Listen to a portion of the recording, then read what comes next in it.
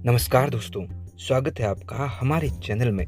दोस्तों, जन्माष्टमी की व्रत कथा सुनने मात्र से ही सभी समस्त पापों का नाश हो जाता है और दोस्तों देखते ही देखते हमारी सभी परेशानियां खत्म होनी शुरू हो जाती है। भाद्रपद माह के कृष्ण पक्ष की अष्टमी तिथि को जन्माष्टमी यानी कि श्री कृष्ण के जन्म की खुशियां मनाई जाती है। भक्त मध्य रात्रि में कन्हैया का श्रृंगार करते हैं और उन्हें भोग लगाते हैं और पूजा आराधना करते हैं। इसी के साथ लीलाधर मुरलीधर के जन्म की कथा सुनते हैं। दोस्तों, श्री कृष्ण जन्म की ये अद्भुत कथा सुनने मात्र से ही समस्त पापों का नाश हो जाता है। साथ ही जातक पर कन्हैया की कृपा बरसती है और 24 घंटों के अंदर ही उस व्यक्ति को श्री कृष्ण जी की कृपा प्राप्त होने लगती है और उस व्यक्ति के जीवन में खुशियाँ, सुख समृद्धि बरसनी शुरू हो जाती है। दोस्तों, हम कथा शुरू करें उससे पहले आप इस वीडियो को अभी लाइक करें और कमेंट बॉक्स में जाकर जय श्री कृष्ण लिख दें। दोस्तों, स्कंद पुराण के अनुसार द्वापर युग की बात है। उन दिनों मथुरा में उग्रसेन नाम का राजा हुआ। दोस्तों, मथुरा में उग्रसेन नाम का एक राजा राज करता था, लेकिन वो राजा स्वभाव से बहुत सीधा साधा था। सभी के साथ प्रेम भाव रखता था और वो राजा एकदम सीधा और शांत आदमी था। यही वजह थी कि उसके खुद के पुत्र कंस ने ही अपने राजा पिता को अपदस्थ कर दिया। उसने राजगद्दी से हटा दिया और खुद ही उस राज्य का राजा बन गया और उस राज्य को अपने पिता से ही हड़प कर खुद मथुरा का राजा बन गया। दोस्तों, कंस की एक बहन थी जिसका नाम था देवकी। कंस की मात्र एक ही बहन होने के कारण वो अपनी बहन से बेहद ही ज़्यादा स्नेह और प्रेम रखता था। यही वजह थी कि देवकी का विवाह वासुदेव ने के साथ स्वयं कंस ने ही तय किया। दोस्तों, देवकी का विवाह वासुदेव के साथ संपन्न होने के बाद कंस बेहद ही खुश था। इसीलिए और मात्र एक ही बहन होने की वजह से कंस अपने बहन और बहनोई को स्वयं अपनी बहन के ससुराल छोड़ने के लिए भेजने के लिए राजी हुआ। तो कंस ने स्वयं ही अपनी बहन और अपने बहनोई को रथ पर बिठाया और रथ को हाँकते हुए दोस्तों वो बहन को ससुराल छोड़ने के लिए रवाना हुआ।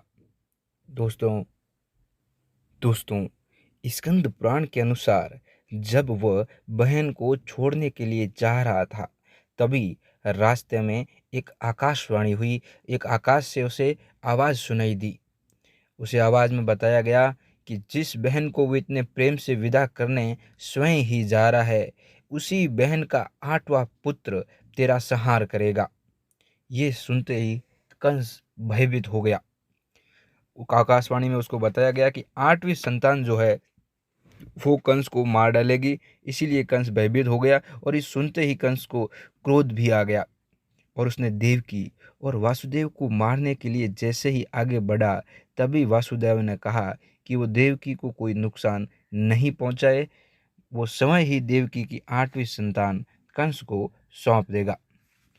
इसलिए कंस खुश हुआ और वासुदेव ने कंस से निवेदन किया कि आप उसकी बहन देवकी को मत मारिए, मैं खुद ही आपको देवकी की 8वीं संतान सौंप दूंगा।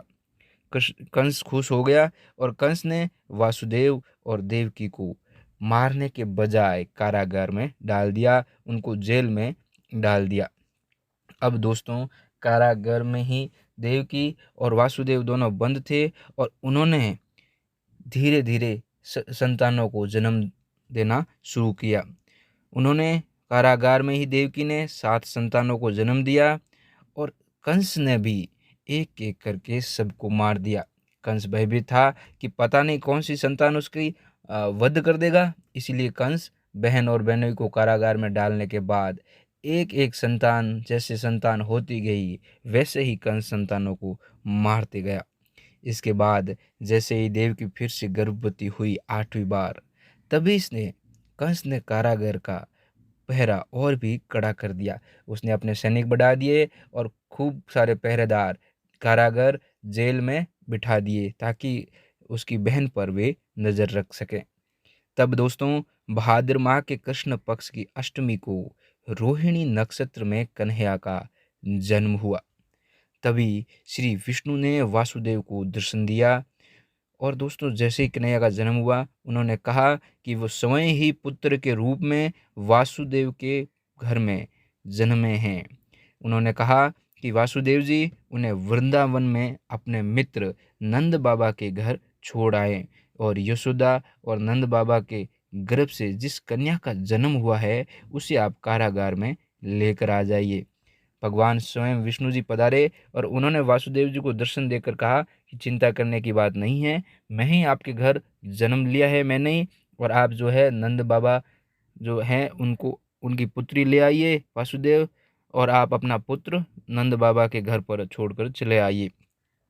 नंद बाबा के बारे में सुनकर वासुदेव जी अत्यंत प्रसन्न हुए और उन्होंने सब कुछ वैसा ही किया जैसा श्री विष्णु ने बताया था। दोस्तों वासुदेव जी अब अपने पुत्र को लेकर आ रहे थे नंद बाबा के घर से, श्री कृष्ण को लेकर जा रहे थे। तभी उन्होंने कन्हैया को अपनी गोद में उठाया ही था कि उस जेल के सारे ताले खुद बे खुद खुल गए। उस जेल पर, उस कारागार पर खूब सारे पहरेदार थे। वो पहरेदार भी अपने आप ही नींद की आगोश में आ गए, उन्हें गहरी नींद लग गई और अपने आप दरवाजे खुल गए। फिर वासुदेव जी ने कन्हैया जी को टोकरी में रखकर वृंदावन की ओर चले गए, नंद बाबा के घर की ओर चले गए। दोस्तों उस समय यमुना जी पूरे उफान पर थी। यमुना जी पूरे भाद्रपद का महीना था, तो दोस्तों पानी खूब था और यमुना जी उफान पर थी। तब वासुदेव जी ने महाराज ने उस टोकरी को अपने सिर पर रख दिया। यमुना जी को पार करके वासुदेव जी नंद बाबा के घर पहुँचे। वहाँ उन्होंने कन्हैया को यशोदा जी के पास रखकर कन्या को लेकर मथुरा वापस लौट आए। स्कंद पुराण के मुताबिक जब कंस को देवकी की 8वीं संतान के बारे में पता चला तो वो कारागार पहुंचा। दोस्तों वासुदेव जी जब जेल में वापस पहुंचे उसके बाद सभी पहरेदारों की नींद खुली और उन्होंने वासुदेव जी के हाथ में एक छोटी कन्या को देखा। तब वापस से उन्होंने फटाफट कंस को समाचार भेजा और कंस भागा हुआ आ गया और कंस ने देखा कि 8वीं संतान तो कन्या है। फिर भी वो उसे जमीन पर पटकने ही लगा था कि वो माया रूपी कन्या आसमान में पहुंच गई। जैसे ही पटकने लगा वो फट से आसमान में पहुंची और उन्होंने बोला, अरे मूर्ख, मुझे मारने से कुछ नहीं होगा, तेरा काल तो पहले से ही वृंदावन पहुंच चुका है, वो जल्दी ही तेरा अंत करेगा। इसके बाद कंस ने वृंदावन में जन्मे नवजातों का पता लगाया। जब यशोदा के लाला का पता चला तो कंस ने यशोदा और नंद बाबा के पुत्र श्री कृष्ण को मारने के लिए तरह तरह के हथकंडे अपनाए और उन्हें सारे जो प्रयास थे उन्होंने किए। कई राक्षसों को भी भेजा लेकिन कोई भी उस बालक का बाल विवाह का नहीं कर पाया, क्योंकि वो स्वयं ही भगवान थे। श्री कृष्ण थे जो थे वो विष्णु का अवतार ही थे। दोस्तों कंस को ये एहसास हो गया था कि नंद बाबा का बालक ही वासुदेव और देवकी की 8वीं संतान है। कृष्ण ने युवा अवस्था में ही कंस का अंत किया था। इस तरह से जो भी कथा पढ़ता या सुनता है दोस्तों, उसके समस्त पापों का नाश होता है। भगवान श्री कृष्ण उसके घर पर सुख समृद्धि और उसकी सभी परेशानियों को नाश करके सुख समृद्धि और वैभव की बारिश करवाते हैं और व्यक्ति सदैव के लिए प्रसन्न रहता है। तो दोस्तों ये थी श्री कृष्ण की जन्माष्टमी की कथा। आप इसको ज़रूर देखें। आप इस वीडियो के कमेंट बॉक्स में जाकर जय श्री कृष्ण ज़रूर लिखें।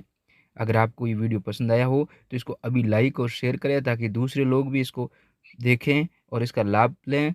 चैनल को अगर आपने अभी तक सब्सक्राइब नहीं किया है तो चैनल को अभी सब्सक्राइब कर लीजिए और घंटी को ज़रूर दबाइए। धन्यवाद।